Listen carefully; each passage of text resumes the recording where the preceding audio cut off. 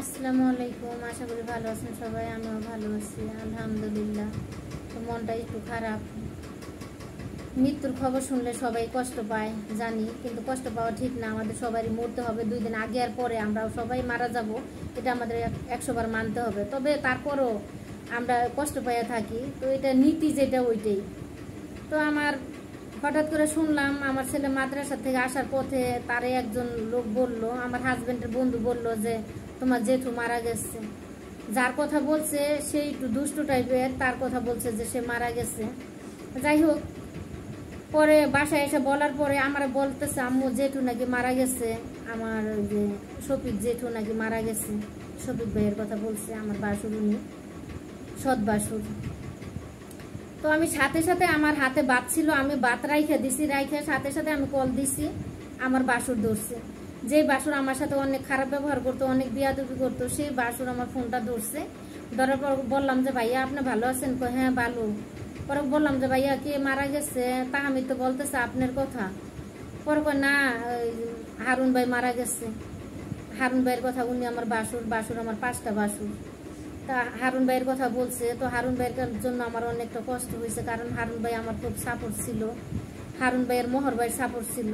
তো মোহর ভাই মারা গেছে বেশি দিন হয় নাই, 1 বছরও হয় নাই, আবার হারুন ভাই মারা গেল। একই পরিবারের 2 ভাই মারা গেল। তাইলে বলেন এটা কি কখনো মাইনে নেওয়া যায়? অনেক দুঃখজনক। তো আমার শাশুড়ি কিন্তু অনেক বৃদ্ধ মানুষ, সে পৃথিবীতে বাচ্চা রয়েছে, কিন্তু তার সন্তানরা নাই। সে মা কি করে তার পাশান নিয়ে বুকে পাশান বাইন্দা সে থাকতে পারে? তো আমি আমার বাসুরের ধন্যবাদ দেই যে এই বাসুরটা আমার সাথে খুব বেয়াদবি করছে, খুব দুষ্টামি করতো। দুষ্টামি বলতে খুব রং কথা বলতো আমার সাথে। তো ফোন করার পরে সে আমারে সুন্দর একটা কথা বলছে, বলছে তোমরা কেমন আছো সবাই।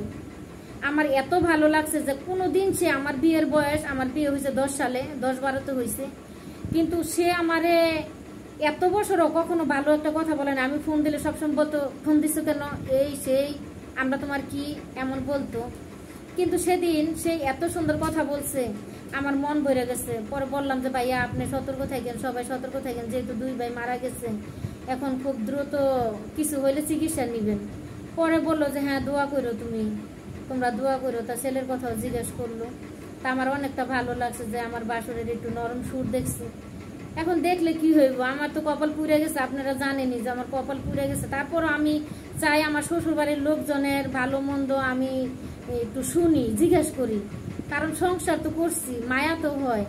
আমি তো ভুলতে পারি না, তারা যদি আমার ভুল লেগেছে আমি তো তাদেরকে ভুলতে পারি না।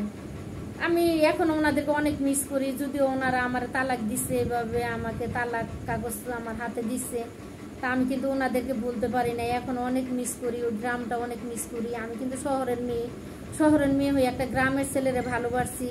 ওই গ্রামের ছেলে কিন্তু আমার দোকানে কাজ করতো, আমাদের দোকান আমার ছিল, তো আমাদের দোকানে কাজ করতো আমার হাজবেন্ড। তার গ্রামের ছেলে দেখে আমি তার বিয়ে করছি।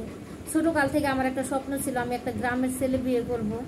তা আমার ভাগ্যে গ্রামের ছেলেই ছিল। তার কষ্ট দুঃখ দেখে আমি তারে পছন্দ করে বিয়ে করছি। আমরা 2 জনের লাভ ম্যারেজ, আমরা পছন্দ করে বিয়ে করছি, কিন্তু জীবনটা এত তাড়াতাড়ি শেষ হয়ে যাবে, নষ্ট হয়ে যাবে, এটা আমরা কখনো বুঝতে পারিনি। তো যাই হোক, সবকিছু আল্লাহর ইশারাই হয়।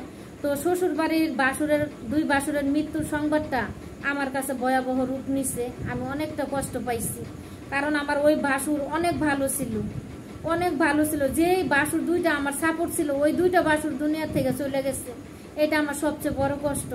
কারণ এই যে বাসুরটা এই যে লাস্টে মারা গেল, এই বাসুরের শরীরে আমি 2 ব্যাগ রক্ত দিচ্ছি। এর আগে আমার বাসুর অসুস্থ ছিল, তার ব্লাড ভাঙতো প্রচুর, পায়খানা রাস্তা দিয়া, সে অনেক অসুস্থ ছিল। তারে আমার 2 ব্যাগ রক্ত দিয়ে তারা বাঁচাই রাখছি আমি। আমার সেই বাসুর মারা গেছে, তারপর কেউ আমাকে ফোন দিয়া জানায় নাই, কিন্তু আমার নিজের ফোন দিয়ে জানতে হয়েছে। যাই হোক, তারপর তারা আমার সাথে বেয়াদবি করে নাই, খারাপ ব্যবহার করে নাই, এতে আমি অনেক খুশি। তো এই জন্য কমু যে আমার বাসুর মারা গেছে, আল্লাহ যেন তারা বেহেস্তবাসী করে।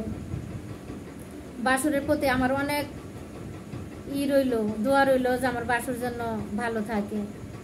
তো আপনাদেরকে কিভাবে বুঝাবো যে আমার 2টা সাপোর্ট, আমার 2টা বাসুর ছিল, ওই 2টা বাসুরই চলে গেছে। আমার সবসময় বলতো যে ধৈর্য ধরো, ধৈর্যের ফল আছে। আগে যে বাসুরটা মারা গেছে ওই বাসুরটাই বলতো ধৈর্য ধরো, ধৈর্যের ফল আছে।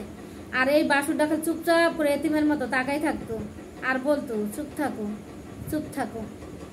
আসলে তারা কখনো আমার দুঃখ দিয়ে কথা বলে নাই। অন্য বাসুররা আমার সাথে খারাপ ব্যবহার করছে, রং কথা বলছে, খারাপ কথা বলছে, কিন্তু আমার এই 2 বাসুর কখনো আমার খারাপ কথা বলে নাই। আসলে ভালো মানুষ পৃথিবীতে থাকে না, যারা দুষ্ট তারাই পৃথিবীতে বাচ্চা থাকে বেশি দিন, ভালো মানুষ থাকে না। তো আমি কি বলবো জানি না, আমি মৃত্যুর সংবাদটা পাওয়ার পর আমি অনেকটা দুর্বল হয়ে গেছি, অনেকটা দুর্বল হয়ে গেছে। আপনারা সবাই জানেন আমার হার্টের সমস্যা, আমি অল্পতে ভাঙ্গে পড়ি। আমার এই যে আমি কথা বলতেছি, আমার কিন্তু কলিজার করে ব্যথা করতেছে, আমি কথা বলতেছি, আমি কোনো প্যারা নিতে পারি না এখন আর, কারণ এখন তার প্যারা নেওয়ার বয়স নাই। আমি প্যারা নিতে পারি না, আমি অনেক অসুস্থ হয়ে যায়। তো দোয়া করবেন আমি যেন ভালো থাকি, আমার বাচ্চা ভালো থাকে। আমিও দোয়া করি আপনাদের সবার জন্য, আপনারা সবাই ভালো থাকেন, সুস্থ থাকেন। তো বোনের যদি কোনো ভুল ত্রুটি হয়ে থাকে ক্ষমার চোখে দেখবেন। আল্লাহ হাফিজ।